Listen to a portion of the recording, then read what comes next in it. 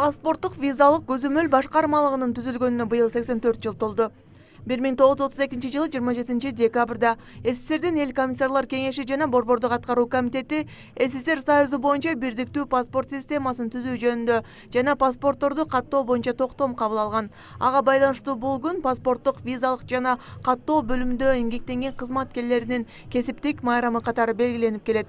2000 жылы Кыргыз мамлекетинин паспорттук визалык иш бөлүмү башкармалык болуп түзүлүп, ал эми 2006 жылы 30 майда президенттин указы менен паспорттук визалык көзөмөл департаменти деп өзгөрүлгөн. 2008 жылдын 9 октябрында паспорттук визалык көзөмөл департаменти кайрадан башкармалык болуп өзгөрүлгөн.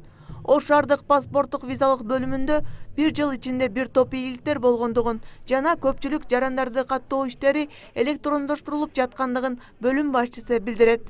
Мисал айтып кетсек, адрестик бюродогу бардык болгон жарандардын учетторун тактоо боюнча электрондук түргө өттү.